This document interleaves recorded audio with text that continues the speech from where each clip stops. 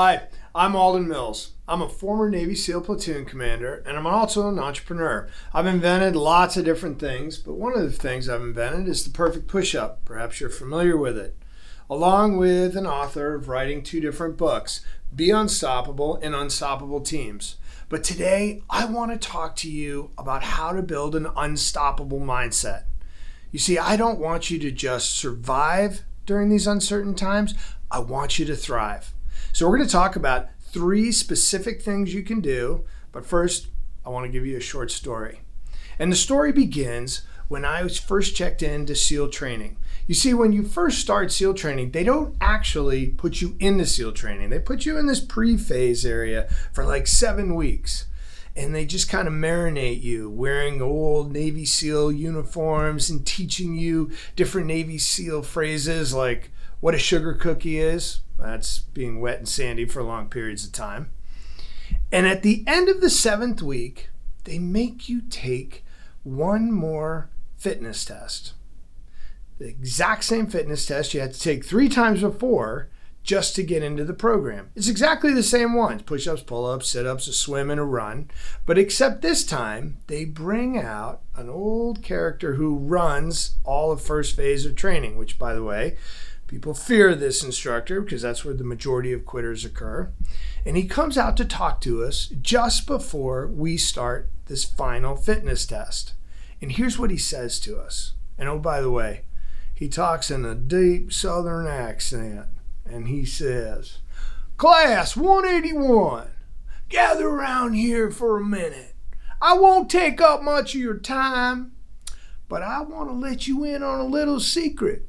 Y'all interested to know how to make it through Navy SEAL training?" There's like 122 of us, right? It took us 2 years to get there. We're like all gathering around him, huddling like kids around a campfire to him. And he goes, "Yeah, I figured as much. It ain't complicated. It's hard, but it ain't complicated. You see, you just have to decide what you're going to focus on. Are you going to focus on the pain of training, or are you going to focus on the pleasure of graduating? You see, one of them is going to lead you to ring that bell right over there." He's pointing to a brass bell. You ring it 3 times and you quit immediately. The other thing he points to is this little graduation platform that you could stand on 9 months from there. And he says, "You know what my job is? My job is to create a conversation between here and here. A conversation that's going to drive you to make a decision on what you're going to focus on. Ringing that bell or graduating. So, do yourself a favor. Think real hard about what you're going to focus on before you take this next PT test. Because you pass this test, you're coming to my side of the compound. Come Monday morning, 0500. Bye now." Now he goes on for a little while, right, about how he's going to pound us like a hunk of metal and how a samurai sword is built and stuff like that. But the real point of telling you that story is it's exactly the same conversation we all deal with. You see, the conversation that I call out there is between the whiner and the whisperer. You know what the whiner is. We all have the whiner. The whiner focuses on the negative. The whiner says things like this: "Oh man, you know how hard this has been in quarantine, and we don't even know where we're going to get out of it. You know, they're not going to have a vaccine for months, maybe even years. And what's going to happen to my job? And where am I going to be? And am I even going to be able to survive this?" Right? It just feeds on the negativity. And then down below, there's the whisperer. And what's the whisperer doing? The whisperer says things that are a lot more quiet. Like, get up. Look for the opportunity. Keep going. Try it another way. Get up again. You can do it. Right?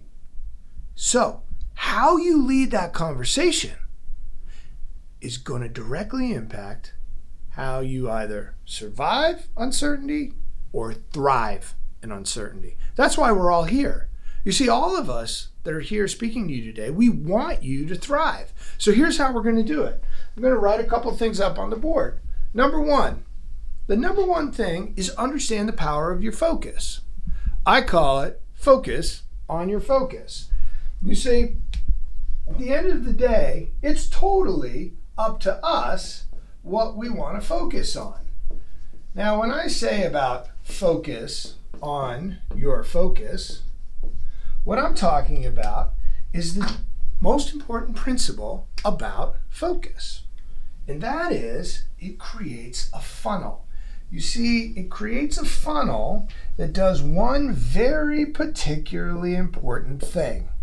It focuses our energy into taking an action. And the more focused, the more direct this funnel is, the more intense our action is. Understand that about the focus funnel. Now, number 2 is, and what will put holes in the sides of our funnel and dissipate energy to get less than 100% of an action, is not focusing on the moment, but focusing on the mountain of everything we have to do. I call that focusing on the moment, this number 2.